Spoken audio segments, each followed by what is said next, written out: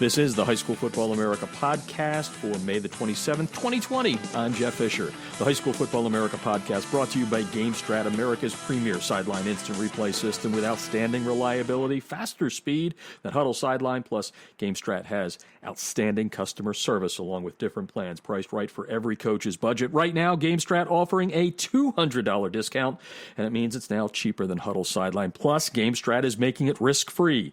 If you make the switch now and there isn't a 2020 season, your money will roll right into 2021. No risk, and you can't beat that. But you have to act by June the 30th. Get all the information at highschoolfootballamerica.com. Heading to Maryland, one of my favorite programs. Sometimes I get in trouble when I say that, but the reason I say that is when you've got people surrounding the coaching staff and the players that love the program and keep you informed. Chris Conrad always does that. He's been doing that with me since I was out in California, and I really got to know the Falcons really well. And last year, what a great year for Good Counsel as they ended number 12 in the nation in the High School Football America 100. They play in that uber-tough Washington Catholic Athletic Conference, and heading into his third season, Andy Stefanelli is on the line to talk a little bit about the Falcons. We're getting closer to football, folks, and Coach is here to talk about what we can expect in 2020. And you notice, Coach, I'm being real positive there because I've been saying this since the beginning. There will be a season. Welcome to the show.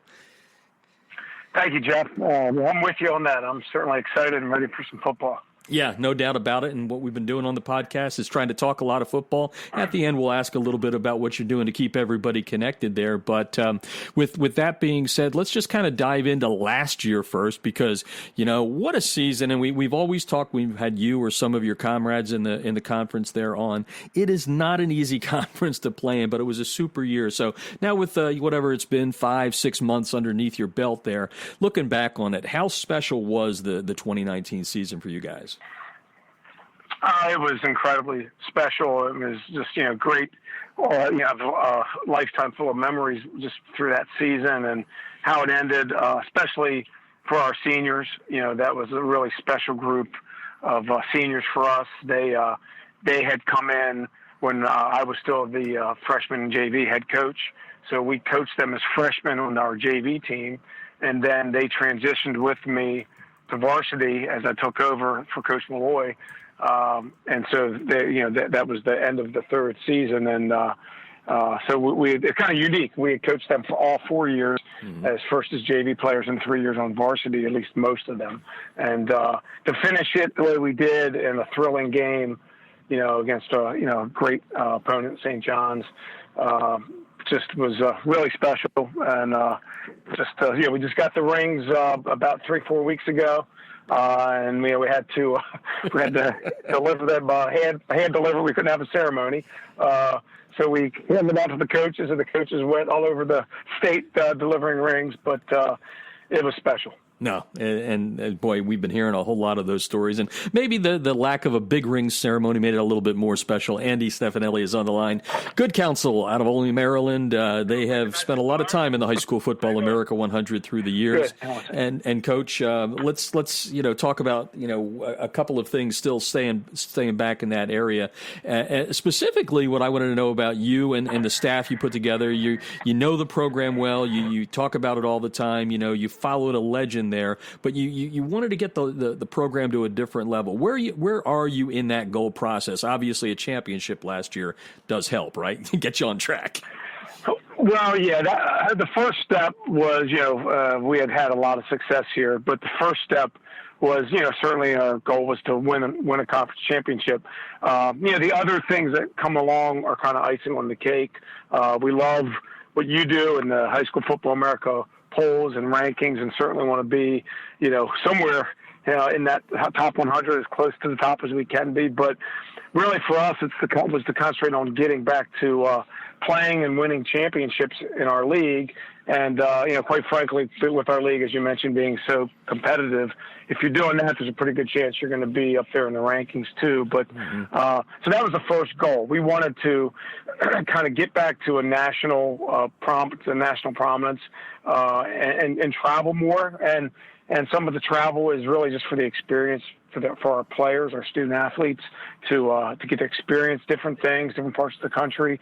So we kind of jumped into that right away and kind of looked at that as a way to kind of strengthen ourselves for our conference play. And while there's some bumps in the road along the way when you take some losses or some tough games, at the end of the day, it certainly, I thought it helped prepare us for our for the first 3 years, we were fairly healthy going into the playoffs. And that I think is what pushed us over the edge last year. Yeah, and for those of you listening around the country and not familiar with the Washington Catholic Athletic Conference, I'll just give you the names here just so you know. You've got Gonzaga, you've got your arch rival DeMatha, St. John's, as you mentioned. We'll throw in Bishop McNamara there as well. You guys just play, you play each other, you beat up on each other in the regular season. Then you probably, if you're going to win a championship, you're going to face everybody twice going through as that happens. So tell the people around the nation what it's like to be in the Washington Catholic Athletic Conference, because you got to hide a few things in that first round of the games, right, before you get to the playoffs. Sandbag them a little bit. Well, yeah, it's crazy. Well, the competition, the talent level here in the Washington D.C. area, and we touch into Baltimore too, is phenomenal, and the level of coaching, I think, is second to none. So when you combine the coaching and the emphasis that we put on our student athletes and in this case on football, it's just a really competitive environment. The schools in our conference, we recruit student athletes to our schools. We're private schools, so it's kind of like a mini college setting, academically and athletically. They have to get admitted to the school, and they have to take what we call a PSAT, which is a HSPT, which is a mini SAT in essence, to get into the schools. We have to go through their transcripts. So it's really a competitive process just to be admitted to these schools. And so you get great players and really good coaching. And then, of course, as you mentioned, we play each other. And then the top 4 teams go to the playoffs. So there's only 5 of us. So one guy's left out there, and then we turn around and play each other again. So you will play 2 of the 3 a second time, and that's within a few weeks of the first game because we play our conference schedule towards the latter part of the season. So it's a grueling schedule. Most of us play very competitive out-of-conference schedules as well. And then you roll right into the schedule where you go through what we call the gauntlet. And if you're lucky enough to survive that, you get, the reward is you got to turn around and do it again in the playoffs. So there's a little strategy in it, but, we're all competitive. And, we go into those games, all we're thinking about is seeding and beating our rival. All these games are huge rivalry games. DeMatha is certainly a big one for us, but so is Gonzaga and St. John's and even McNamara to an extent. And so you have these big rivalry games that everybody wants to win, so you can't take that out of it. So you're going in there and you don't want to show them everything, but you want to win. Yes.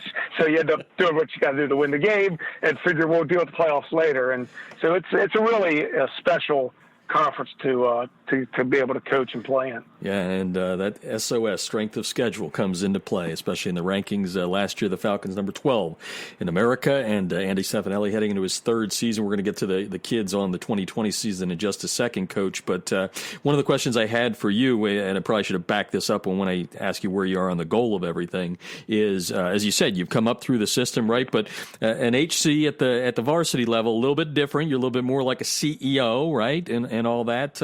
Where do you think you've improved the most during the last 3 years? Because I'm sure there's a learning curve there for you, right? Even though you had a head coaching job at the lower levels in the program. Yeah, there's more. There's just more to it, right? The job's the same in terms of on the field. It's not that much different from coaching at a lower level, but it's everything else. It's the as you were mentioning before in your little bit before we started, you have all this technology you have to manage in terms of how you're going to film a game and who's going to do it and the media and who's podcasting or who's streaming the game and, getting sideline passes and things like that you don't really have to deal with, certainly at the JV level, freshman level, but so you're dealing with that. You have a much larger coaching staff. The administration, of course, takes a much greater interest in what you're doing. And so there's just a lot more eyes on you. So I think the one thing I think the area we've improved in is just getting better at managing that. Mm-hmm.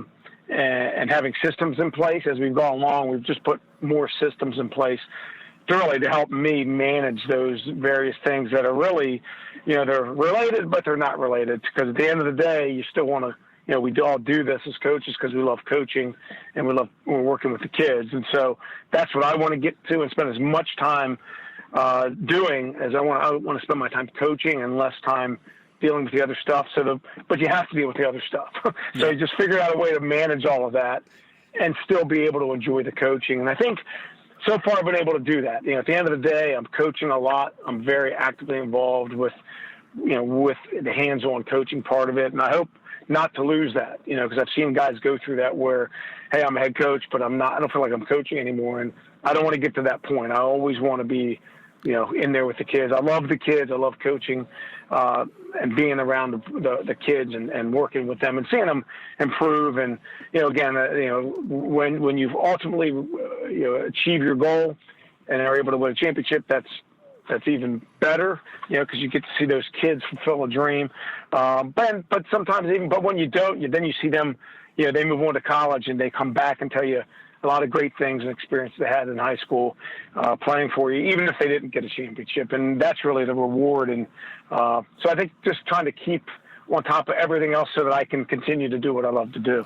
Coaching profession is the best, as I tell people, wherever I go.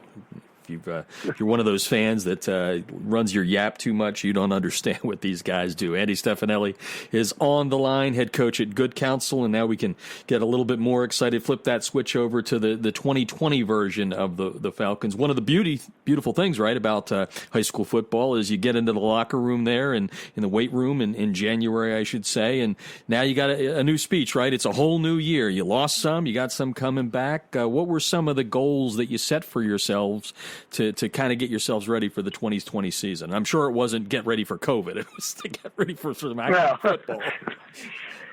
Yeah, just before all that happened, we were just kind of, as we normally do, we have a phenomenal strength staff.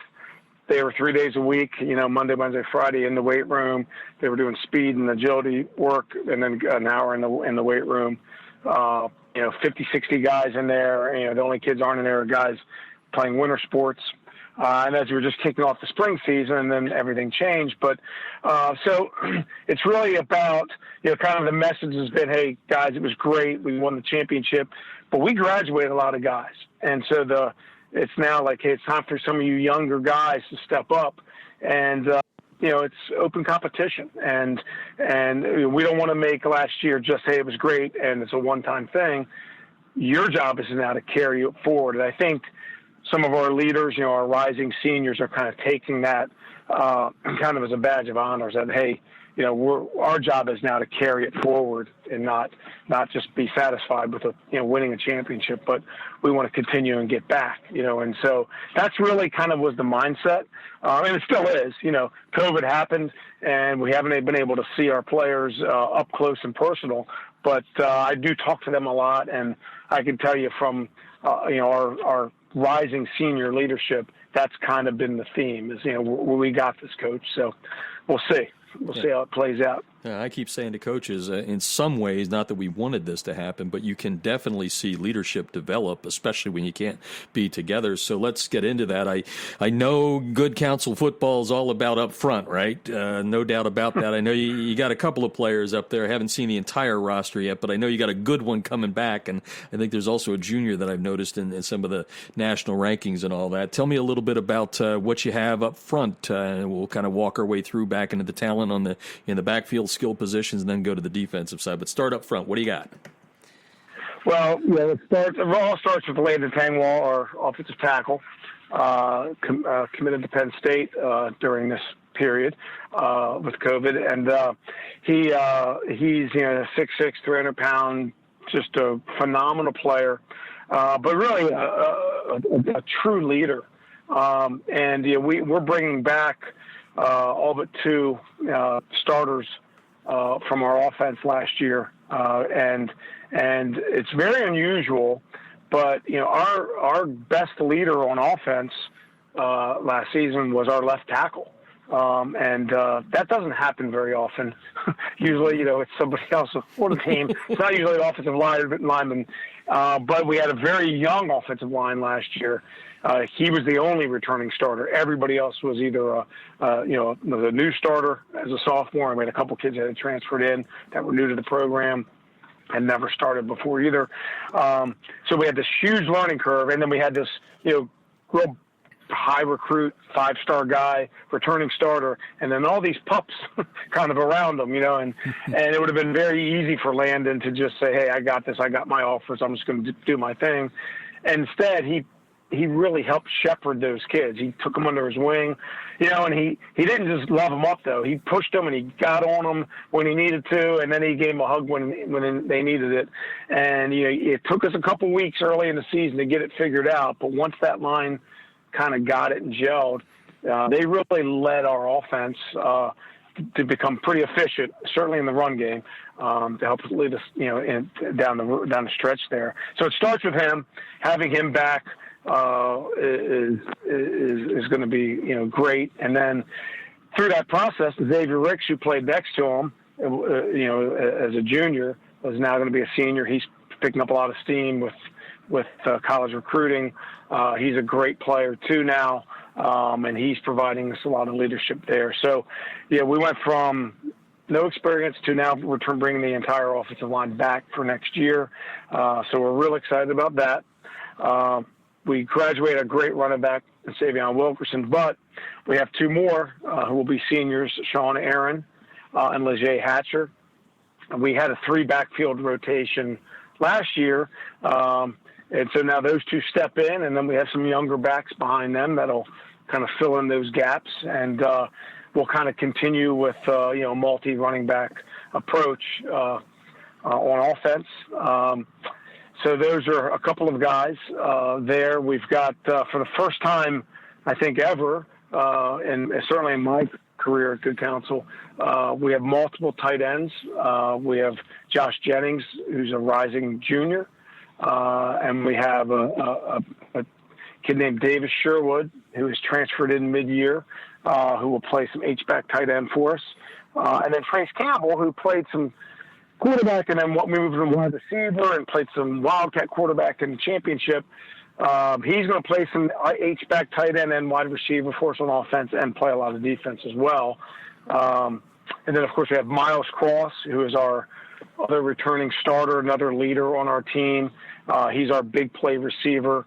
He's coming back, and he has a lot of offers currently, and is another kid who leads by example.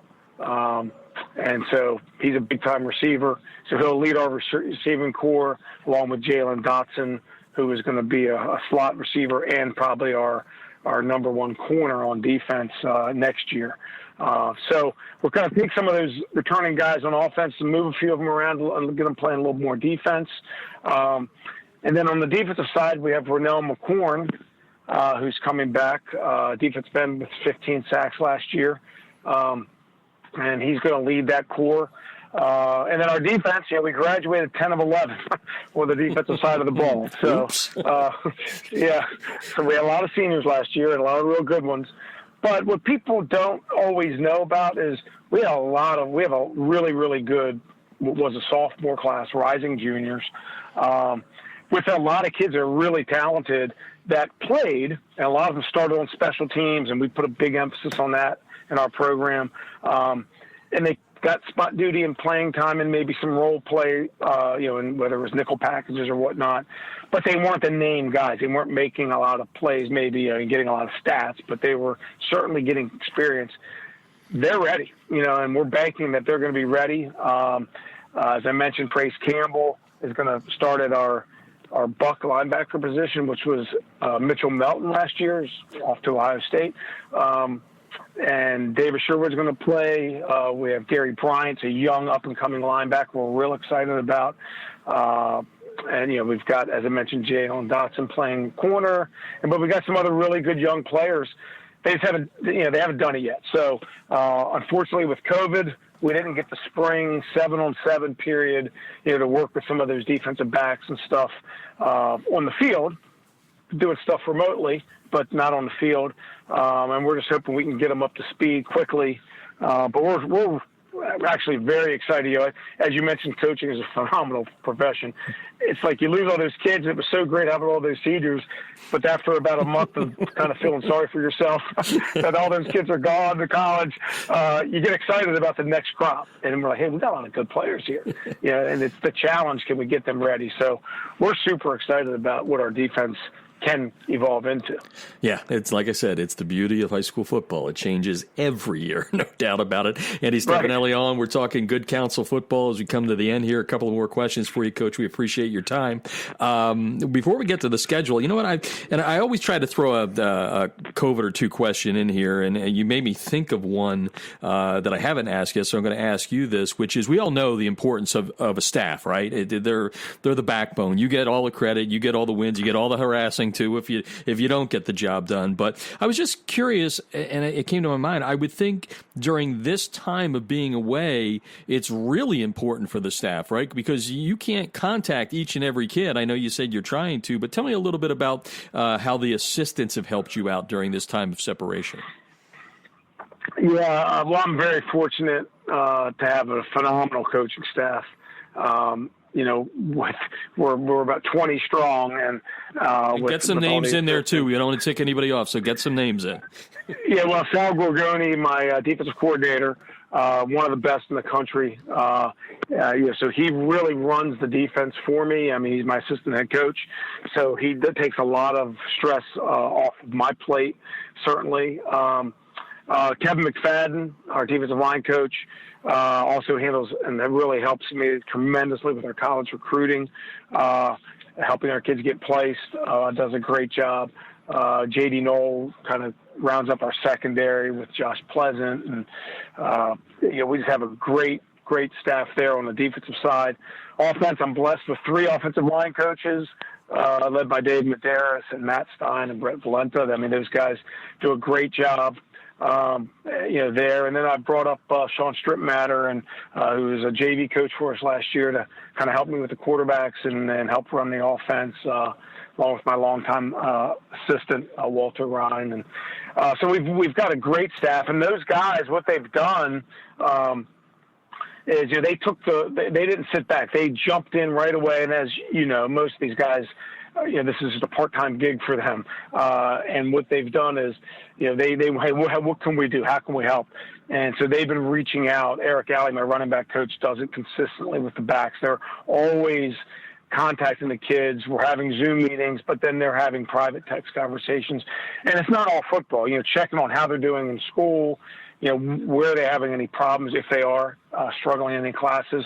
As you know, I mean, this whole distance learning that we call it is totally radically different than being in the classroom setting. And so, one of the challenges is how do we stay up? How do we know if they're falling behind in a class? Mm-hmm. So sometimes our coaches get more information than, maybe a teacher will get, so we use that. Hey, coach, so-and-so might be struggling in math. Well, let's get to a teacher and find out how we can resolve that. So they've been phenomenal and really eager to do it. It's not like I had to call them and ask them. They were texting and calling me, what do you need me to do, coach? So very fortunate. Yeah, no, hey, like I said, takes a village there. Andy Stefanelli, very successful in his first couple of years, heading into year 3 with the Falcons, and or is it 4? Did I get it right? It was just 3. We just finished 3. Oh, 3. Okay. Yep. We just finished 3rd, so this will be the 4th. I'm getting old, memories failing a little bit, but anyway, we cleaned that up for you. But anyway, one more COVID question, and this has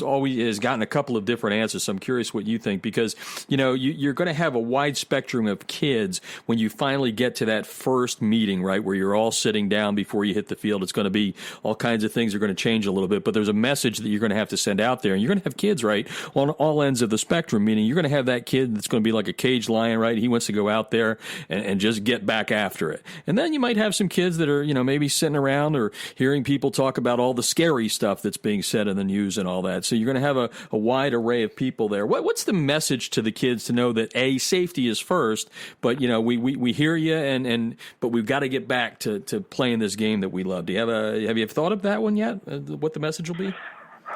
Well, since we don't have dates yet of when we can get back to, even doing training and that type of stuff for kids, I haven't gotten that far into it. But you bring up a good point with that. And, my gut reaction to that is, just like you said, the first thing will be, look, guys, here's all the safety precautions. And, again, I don't know what they all are yet.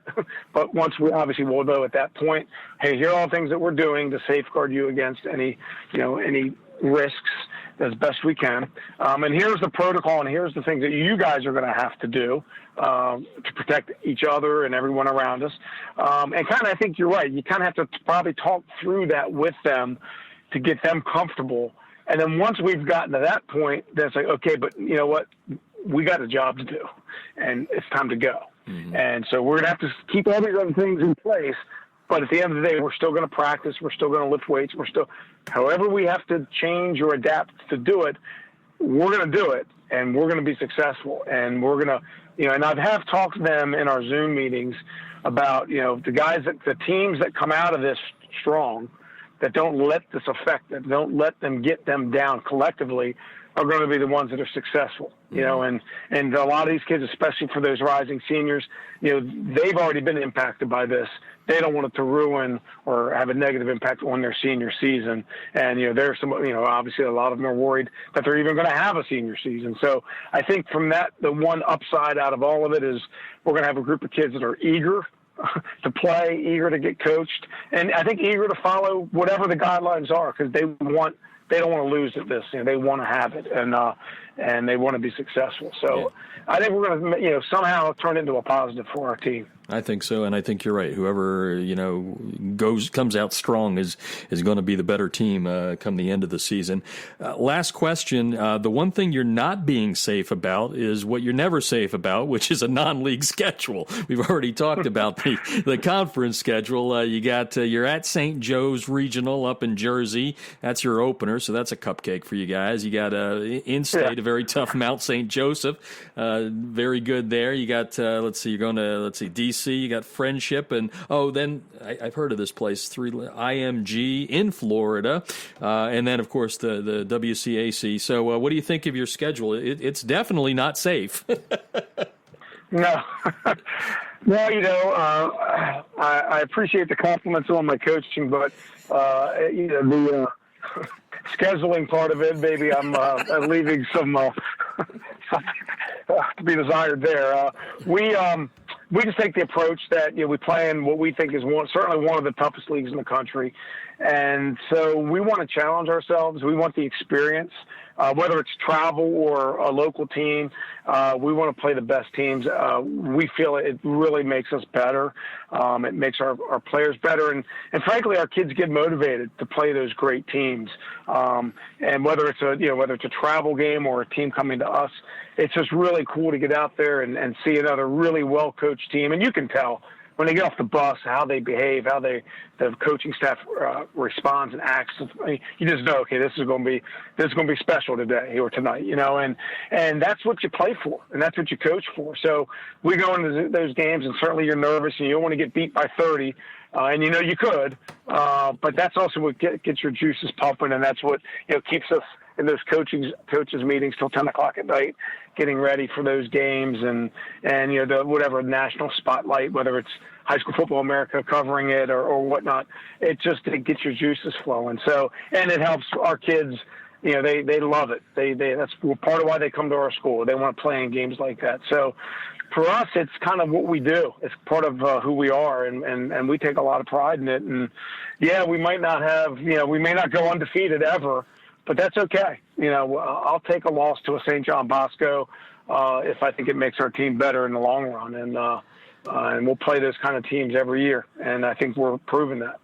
Duck no one. I will give a compliment here. You don't have to react to this. I haven't had a chance to actually even put this on the podcast since it happened, but the one thing that I am, when it comes to Coach Stefanelli and his staff, the professionalism of it, they were down here in Georgia a couple of years ago against Marietta, and I've seen, I'm above 1,600 games in person, and it was the worst officiated game I had ever seen in my life. I believe the penalties were 27 for Good Counsel, 2 for Marietta. They got home down here in Georgia, which happens a lot, and that staff was so professional. You guys could have exploded. I think I was exploded. I didn't even have a horse in the race.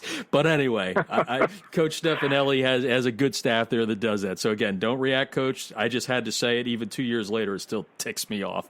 Now we go on to the last question, which is what are the boxes that you guys have to check when we do get back to football? What are some of the things you talked about? Obviously, young on defense, but what are the boxes you guys are looking at right now to check going into 2020?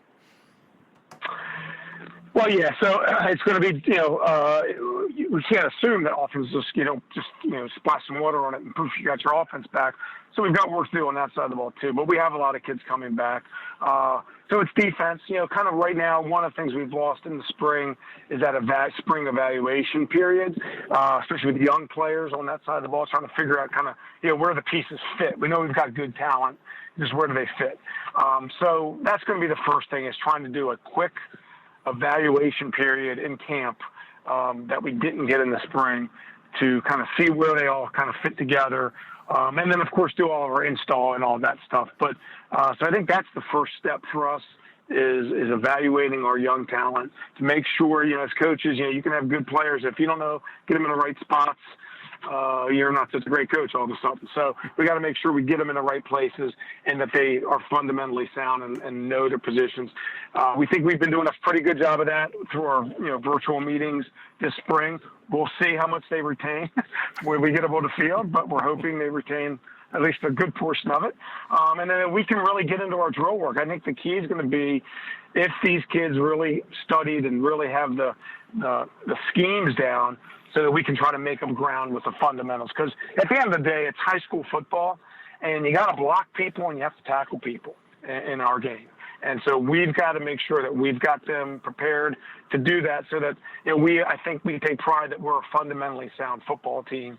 And so we have to have that. And as many weeks as it takes us to get, we're going to do that. If it means simplifying things schematically, we will do that. But we want to be able to block and tackle people and be sound before we try to do anything else. So that's going to be kind of our 2020 mission, is to see if we can consolidate all that in a couple weeks of camp and still come out looking somewhat like a typical Good Counsel football team. Well, Coach, thank you so much taking time out of your busy schedule, folks. Coach also runs his own business. So he's a football coach, runs his own business. He's got a busy schedule, and he took time to talk about his team and his players, and we appreciate that, Coach. Can't wait to see you guys back on the field. Best of luck. I know there's going to be a 2020, and we wish you nothing but success this year. Jeff, thanks. It's always a pleasure talking to you, and keep doing what you're doing. It's great for high school football. And that's today's High School Football America podcast, brought to you by GameStrat, America's premier sideline instant replay system with outstanding reliability, faster speed than Huddle, plus GameStrat has awesome customer service, along with different plans priced right for every coach's budget. And right now, GameStrat is offering a discount of up to $200, which means it's cheaper than Huddle Sideline. Plus, GameStrat is making its offer risk-free. If you make the switch now, and there isn't a 2020 season, your money will roll right into 2021. No risk, and you can't beat that. But you do have to act by June 30th. To get a demo, go to GameStrat.com or click on the GameStrat banner ad located on every page of HighSchoolFootballAmerica.com. You've been listening to the High School Football America podcast, and I'm Jeff Fisher.